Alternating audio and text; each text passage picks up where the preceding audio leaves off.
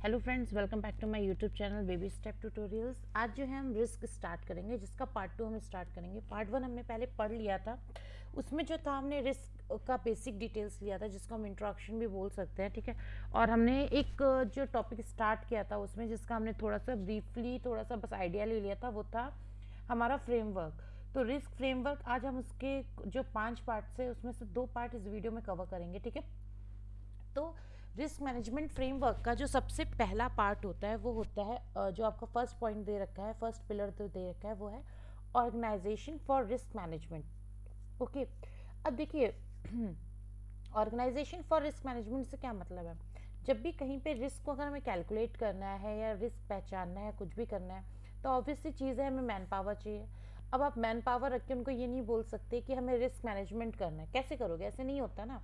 तो हमने क्या किया ना, एक ऑर्गेनाइजेशन बनाई जिसमें रिस्क मैनेजमेंट का हमने वो रखा, टीम रखी उसको। अब इसमें क्या हुआ ना, हमारे 4 पिलर में, एक तरीके से मान लीजिए 4 पिलर हैं, तो आपके 4 अंदर आपके सब क्लास सब वो बना दिए गए कमिटीज़ जो इस पूरे उसको ओवरसीज करती है, ठीक है। हमको देखिए जब ऑर्गेनाइजेशन फॉर रिस्क मैनेजमेंट की बात आती है तो पेपर में मे बी इसके बस वो जो आपके 4 हैं कमिटीज़ वो पूछ ली जाए, उसके अलावा कुछ नहीं और नहीं आता एक्स्ट्रा, तो हम उसी को समझते हैं, ठीक है। तो सबसे पहला जो हमारा होता है वो हमारा होता है बोर्ड ऑफ डायरेक्टर्स, ठीक है। हायरार्की जो हमारी होती है उसमें सबसे टॉप पे आपका बोर्ड ऑफ डायरेक्टर्स है। अब बोर्ड ऑफ डायरेक्टर के बाद आपका जो आता है वो आपका आता है रिस्क मैनेजमेंट की कमेटी जो है हमारी, ठीक है, रिस्क मैनेजमेंट की। फिर आपकी एक सीनियर एग्जीक्यूटिव की टीम आती है, उसके बाद सबसे नीचे छोटा सा रिस्क का जो आपका मेंटेनेंस करता है ना वो आती है। तो ऐसे टाइप की हायरार्की है, ठीक है। तो हमने बोर्ड ऑफ डायरेक्टर्स का काम क्या होता है, इनके पास ओवरऑल रिस्पॉन्सिबिलिटी होता है। इनका काम क्या होता है, ये क्या करते हैं, आपके रिस्क पॉलिसीज को अप्रूव करते हैं, ठीक है, प्रोसीजर्स को अप्रूव करते हैं, लिमिट सेट करते हैं। मतलब जो परमिशन चाहिए होती है ना किसी भी टास्क को स्टार्ट करने के लिए, वो आपको बोर्ड ऑफ डायरेक्टर से मिलती है। ओके, नेक्स्ट आपका क्या होता है, सेकंड वाला हमारा जो पॉइंट है वो है कि the risk management committee of the board. ये हमारा सेकंड है, the risk management committee of the board, ठीक है। ये हमारा क्या होता है, बोर्ड ऑफ डायरेक्टर्स के नीचे जस्ट एक सब लेवल कमेटी है। ये जो आपकी गाइडलाइंस बनी उनको सेट करता है, फिर प्रोसेस करता है, पॉलिसीज को आगे स्टार्ट करता है, ठीक है। रोबस्टनेस होता है इसके अंदर, प्रॉपर मैनिंग करता है, ठीक है। प्रॉपर मैनिंग मीन्स क्या हो गया, आपको एम्पावर करता है, मैन पावर देता है आपको, ठीक है। तो जिसकी वजह से क्या होता है, आप इजिली अपना जो प्रोसेस है जो भी वो है उनको एग्जीक्यूट कर पाते हो, ठीक है। थर्ड है आपका the committees of senior level executives, ठीक है। ये सीनियर लेवल एग्जीक्यूटिव्स की कमेटी है जिनका काम होता है कि जो आपका हेल्प करते हैं बिजनेस पॉलिसी को इम्प्लीमेंट करने में। जो भी आपका सेटअप करा गया है प्रोड्यूशनल लिमिट्स उनको रिव्यू करता है, लाइन मैनेजमेंट में जाके उसको समझता है सारा कैसे, मतलब सब सही हो रहा है, एक तरीके से वो होता है, सेटअप करता है, ठीक है। फिर आपका लास्ट आता है the risk management support group. इसका काम क्या होता है, मैनेजमेंट की जो हमारी ये सारी टीम्स हैं उनको सपोर्ट प्रोवाइड कराना। कैसे करेगा, एनालिसिस करेगा, मॉनिटर्स करेगा, रिपोर्ट करेगा जितनी रिस्क जनरेट हो रही है कमेटी में। तो ये सारा काम जो होता है हमारा last risk management support group में आता है, ठीक है। तो आपके ये 4 पिलर होते हैं मेन, आपको बस ये 4 ही नाम याद रखने हैं। थोड़ा बहुत बस एक आइडिया होना चाहिए, वो हमने यहाँ पे आपको दे दिया है, ठीक है। तो उससे ज़्यादा इसमें कुछ आता नहीं इस पर्टिकुलर टॉपिक पे। अब नेक्स्ट हमारा जो रिस्क आइडेंटिफिकेशन स्टार्ट होगा, ये आपका ना मतलब रिस्क आइडेंटिफिकेशन वाला ये पूरा जो टॉपिक है ये बहुत इंपॉर्टेंट है, ठीक है।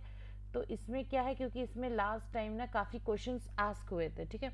तो जैसे क्या होता है ना, आपका ट्रांजैक्शन लेवल्स पे होता है, उसमें कुछ पोर्टफोलियो लेवल जो मतलब देखिए सारे रिस्क जो होते हैं वो ट्रांजैक्शन लेवल पे होते हैं, ठीक है। बट अगर आप उसको नीचे आकर फिर भी कुछ डिवाइड करना चाहते हो तो कुछ आपके पोर्टफोलियो एग्रीगेटेड रिस्क होते हैं, कुछ आपके इंडिविजुअल ट्रांजैक्शन रिस्क होते हैं, ठीक है। तो उस टाइप से होता है। और हमारा एग्रीगेट रिस्क जो आता है ना, जब हमें एग्रीगेट रिस्क पता चल जाता है कि हमारा कितना है, तो उसके हिसाब से हमें पता होता है कि हमें इतनी कैपिटल की नीड होने वाली है, क्योंकि हम इन्हीं जैसे अगर हमारा मान लीजिए बाई चांस किसी वजह से वो रिस्क अकर हो गया, तो हमारे पास ऐसा एक पीछे से बैकग्राउंड, ऐसा एक हमारे पास व्यवस्था होनी चाहिए जिसकी वजह से हम उसको कवर अप कर पाए और हमें ज़्यादा लॉस ना हो, ठीक है। चलिए हम रिस्क पढ़ते हैं जो लास्ट टाइम पेपर में बहुत ज़्यादा रहता है, उनको समझना शुरू करते हैं। तो सबसे पहले जो हमें रिस्क दे रखा है, सबसे पहले जो हमें रिस्क देखा है वो दे रखा है फंडिंग रिस्क, ठीक है। अब फंडिंग रिस्क क्या होता है, देखो इधर नेम से ही समझ में आ रहा है, फंडिंग, फंड से रिलेटेड हो गया।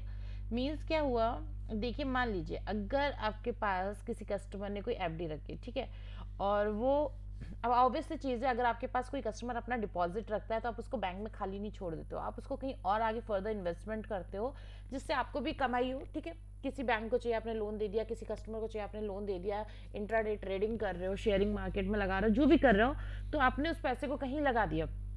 अब एक टाइम आया कि कस्टमर ने बोला था 5 साल की है मेरी एफडी मान लीजिए, पर कस्टमर आया उसको 2 ईयर्स के बाद उसने बोला कि मेरे को प्री मेच्योर इसको दे दो। अब क्या हुआ, कस्टमर ने तो आपसे फंड की डिमांड कर दी, बट एट द टाइम आपके अगर आपके पास फंड्स नहीं है, आप जो वो करंट लाइबिलिटी है उसको शॉर्ट आउट नहीं कर पा रहे हो, शॉर्ट बोरिंग को, या आप उसको डेप्थ को नहीं क्लियर कर पा रहे हो, किसकी वजह से, केवल फंड्स नहीं है आपके पास अभी देने के लिए उस कस्टमर को, तो वो आपका फंडिंग रिस्क होता है। ठीक है, वो ये चीज़ होती है कि आपके पास जो ड्यूज हैं डेप्थ के, उनको आप पे नहीं कर पा रहे हो, ड्यू को अनेबल टू पे। ठीक है, तो वो चीज़ होती है। नेक्स्ट मूव ऑन करते हैं, लिक्विडिटी रिस्क। देखिए, अब लिक्विडिटी रिस्क क्या होता है, फंड्स, देखिए मोस्टली आपको नेम से ही क्लियर आउट हो जाएगा कि हम हमारा जो रिस्क है वो किस चीज़ से रिलेटेड है। अब देखो, लिक्विडिटी रिस्क, लिक्विडिटी मीन्स क्या हुआ, आपका कैश की बात हो रही है, हमें क्या लिक्विडिटी पता है कि हम कैश की बात करते हैं जब लिक्विडिटी की बात होती है। तो अभी पीछे जो हम बात कर रहे थे वो फंड्स की बात हो रही थी। फंड्स मीन्स क्या हुआ, आपके कैश भी हो सकता है, आपके अकाउंट टू अकाउंट ट्रांसफर भी हो सकते हैं। ठीक है, आप नेफ्ट भी कर सकते हो, मतलब फंड्स क्या है, कुछ भी हो सकता है। ठीक है, लेकिन जब हम लिक्विडिटी की बात करते हैं तो हम बात कर रहे हैं कैश की। तो इट मीन्स क्या हुआ, सेम चीज़ है कि शॉर्ट टर्म कोई आपका फाइनेंशियल ऑब्लिगेशंस हैं जिसको आप जो उसको असेट्स को ना कन्वर्ट नहीं कर पा रहे हो किसमें, कैश में, जिस और किस तरीके से, विदाउट एनकरिंग अ लॉस। ठीक है, मतलब कभी कभी होता है कि ठीक है हम कन्वर्ट तो कर दे रहे हैं पर हमें लॉस भी बहुत हो रहा है, तो वो भी हमें ध्यान रखा होता है, तो वो हमारा क्या होता है, लिक्विडिटी रिस्क के अंदर में आता है। नेक्स्ट आपका है बेसिस रिस्क। अब देखिए, बेसिस रिस्क क्या होता है, ये देखिए क्या होता है कि अगर मिसमैच हो रहा है किसी हेज पोजीशन पे। ठीक है, इस लाइन को समझने के लिए आप ऐसे समझो कि मान लो किसी ने, मैंने ही बोला कि हमारे पास 50 रुपीज़ का हमने मतलब कोई चीज़ सामान खरीदना है। ठीक है, ये आज का मार्केट प्राइस है आपका। ठीक है, मार्केट प्राइस जो है ये आज का है। अब आपने बोला कि 2 मंथ्स के बाद मैं फ्यूचर ऑप्शन कॉन्टैक्ट में उसमें ले रही हूँ, और इसका अगर मैं कितने पे लूँगी, जैसे मुझे पता है कि आज 50 चल रहा है, जब हमने कॉन्ट्रैक्ट लिया था तो हमने बोल दिया था 48 पे लेंगे। ठीक है, तो 48 आपने बोल दिया, 48 पॉइंट नहीं, 48 नहीं, जैसे मान लीजिए बेसिक्स पॉइंट की बात करें, 48 पे ज़्यादा हो जाएगा, समझने के लिए बस कर रहे हैं, ये आपने बोल दिया। ठीक है, 49.98। अब देखो यहाँ पे अगर हम इसके कंपैरिजन में करेंगे आज की करंट रेट से, तो हम कितना बोलेंगे, 0.02 बेसिस का आपका आ गया। अब देखिए, मैंने यहाँ क्या बोला, मैंने आज कम कर दिया ताकि आपको समझ में आ जाए कि इतना भी डिफरेंस आया। तो ये आपको डिफरेंस ज़्यादा लग रहा है, नहीं ज़्यादा नहीं लग रहा है, लेकिन जब यहीं पे हम इसी को करोड़ों में बात करते हैं, ठीक है, करोड्स में बात करते हैं इसी बेसिस पॉइंट पे, तो अगर जब आप इसको मल्टीप्लाई करोगे करोड़ वाली उस वैल्यू से, मान लीजिए 9 करोड़ है, कोई भी करोड़ है, तो आपका कितना बड़ा अमाउंट हो गया। तो वो बेसिस रिस्क वही होता है जो इतना छोटा सा बेसिस पॉइंट का हमारा जो गैप आया उसकी वजह से जो रिस्क अकर हुआ। ठीक है, वो इसके अंदर में आता है। फिर हमारा आता है गैप्स और मिसमैचेस। आई होप आपको क्लियर हो रहा होगा, बाई चांस क्लियर नहीं हो रहा हो तो अपने को कमेंट सेक्शन में लिख देना। ठीक है, कि कोई याला हमें टिपिकल हमें समझ में नहीं आया पर्टिकुलर, तो क्या होगा कि हम नेक्स्ट वीडियो जो बनाएंगे तो उसमें मैं एक पर्टिकुलर स्टार्टिंग में आपको वो चीज़ क्लियर आउट कर दूंगी। ठीक है, और डिटेल्स में एग्जाम्पल्स लेके। ठीक है, तो जी अब गैप और मिसमैच रिस्क। गैप और मिसमैच रिस्क क्या होता है, ये आपका कैसे होता है ना कि मतलब आपने मान लीजिए आज हमने किसी चीज़ पे पैसा लगाया है। ठीक है, लेकिन हमें ध्यान नहीं दिया या हमारा नहीं इंटेंशन था या जो भी हमें समझ में नहीं आया, हमने वो पैसा ऐसी जगह लगा दिया जहाँ से हमें रिस्क, मतलब असेट्स एंड लायबिलिटीज़ के हम एक तरीके से समझो कि मेरे पास अगर मान लीजिए 2 लाख का असेट्स था। ठीक है, 2 लाख का असेट्स था और 2 लाख की ही लायबिलिटी थी। ठीक है, अगर अब मेरे को ऐसा मेरा 3 का हो गया, मान लीजिए मैंने 1 लाख का और लिया, अब मेरे को अपने एसेट्स भी तो ऐसे करने होंगे कि हमें 3 लाख की ये लोन या जो भी लायबिलिटी है इसको कंप्लीट मैच आउट कर सके। अब मान लीजिए मैंने इसको इन्वेस्ट किया शेयर्स में, पर शेयर मार्केट आपका डूब गया, तो डूबने की वजह से क्या हुआ, अब आपको ये लायबिलिटी भी पे करने में परेशानी हो रही है। इन एसेट्स एंड लायबिलिटी के बीच में अच्छा खासा जो है ना वो हो गया है, मतलब एक गैप हो गया है। तो इसी को हम बोलते हैं गैप एंड मिसमैच रिस्क। ठीक है, आप समझ रहे हो ना, मतलब यहाँ पे हम केवल एसेट्स एंड लायबिलिटीज़ की बात नहीं कर रहे, हम यहाँ पे ये बात कर रहे हैं कि हमने कोई पर्टिकुलर कोई चीज़ ली थी, अब हमने वो पैसा कहीं लगाया, वहाँ हमें नुकसान हो गया या वो रेट ऑफ इंटरेस्ट मिसमैच हो गया एसेट्स का लायबिलिटी की साइड से, तो वो हमारा ये रहता है। ठीक है, नेक्स्ट है आपका री इन्वेस्टमेंट रिस्क। अब देखो, री इन्वेस्टमेंट रिस्क नाम से क्लियर हो रहा है कि हमें री करना है, क्या करना है, इन्वेस्टमेंट, मतलब हमें यही इन्वेस्टमेंट दोबारा करनी है। अब ऐसे समझो, हमने एक लोन दिया था मतलब 15 साल के लिए, ठीक है, लोन है आपका, हाउसिंग लोन है। अब इसके बाद आपने एक एफडी बनाई जो 5 साल की थी, ठीक है, 5 ईयर्स एफडीज बनाई, या फिर मान लीजिए 10 साल की एफडी बनाई, जो भी आपको चाहिए, आपने वो एक एफडी बनाई, ठीक है। अब आपने क्या किया, आपने 5 साल की एफडी बनी, इससे उस वाला लोन दे दिया, ठीक है, ये लोन इस चीज़ से दे दिया। अब आपका क्या हुआ, 5 साल के बाद वो एफडी तो कन्वर्ट हो गई, ठीक है, आपका ये लोन अभी भी चल रहा है ये वाला, लेकिन आपकी जो एफडी थी वो कंप्लीट होगी। अब कस्टमर ले भी सकता है, उसको रिन्यूअल भी हो सकता है, लेकिन अगर मान लीजिए रिन्यूअल होता है या आपको कहीं और इन्वेस्टमेंट करना है, तो आपको पहले देखना होता है कि कहाँ से हमारा फ़ायदा हो रहा है और कहीं पे वहाँ पे हम कर भी पा रहे हैं या नहीं करना चाहिए, तो वो सब आपका री इन्वेस्टमेंट रिस्क में आ जाता है, ठीक है। नेक्स्ट आपका आता है embedded option risk. Embedded option risk में क्या होता है, देखिए इसमें लिखा भी है कि आपका प्री मेच्योर विड्रॉल हो गया, कि लोन पेमेंट पहले होगी, तो आपकी इन्वेस्टर्स को ना वनरेबल बनाता है। एक तरीके से ये समझ लीजिए, ये दोनों री इन्वेस्टमेंटेड और एम्बेडेड ऑप्शन रिस्क ना आपस में कनेक्टेड है। अगर एक चीज़ होगी तो दूसरे के होने का भी खतरा हो जाता है, ठीक है। मतलब प्राइस एप्रिसिएशन को एक्सपोज कर देता है इसमें, तो वो चीज़ थोड़ा इश्यू आ जाता है कि मान लीजिए आपकी एफडी थी, आपने पहले ही मांग लिया, लोन था आपने टाइम से पहले ही पूरा कर दिया, तो उसमें क्या होता है ना, एक प्रॉब्लम आ जाती है ना, आपको आपने कुछ प्लान्स कर रखे हैं, वो पहले हो गया, ख़त्म हो गया, आपने पहले एफडी तोड़ दी या लोन नहीं लिया, तो बहुत सी चीज़ें रहती हैं, ठीक है, लोन पेमेंट पहले कर दी।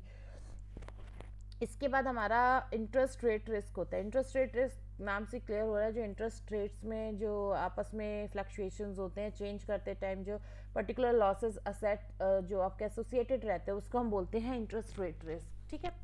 अब इसके बाद नेक्स्ट में मूव ऑन करते हैं, जो कि है डिफ़ॉल्ट रिस्क। देखो नाम से ही सब क्लियर है, मैंने बोला था ना, नेम से ही सारे रिस्क क्लियर हो रहे हैं। डिफ़ॉल्ट मीन्स क्या हो गया, कि मान लीजिए आपने किसी को लोन दे रखा है और वो बंदा आपको पे ही नहीं कर रहा है, ठीक है, 1 महीना हुआ, 2 महीना हुआ, आपकी कैटेगरीज लोन की चेंज हो रही हैं, ठीक है, आपका डाउटफुल में जा रहा है, लॉस में जा रहा है, सब हो रहा है, लेकिन हम एंड तक उम्मीद करते हैं कि कस्टमर हमें पे करेगा, लेकिन जब वो पे नहीं करता तो हम उसको डिफ़ॉल्ट रिस्क मान देते हैं कि कस्टमर इसने हमारे साथ डिफ़ॉल्ट फॉल्ट कर दिया है, ये हमारा डिफ़ॉल्टर है, ठीक है।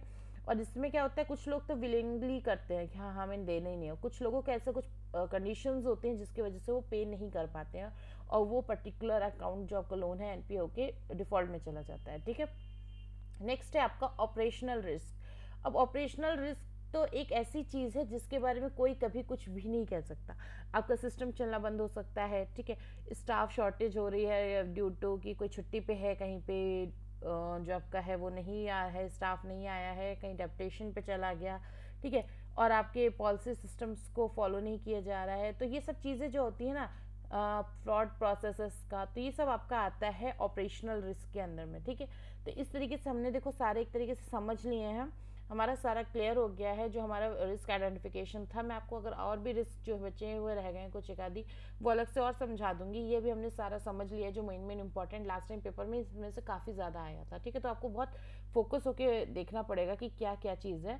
Thank you so much for watching. अगर कोई डाउट हो तो प्लीज़ आप मेरे को कमेंट सेक्शन में लिख के बता सकते हो। Thank you.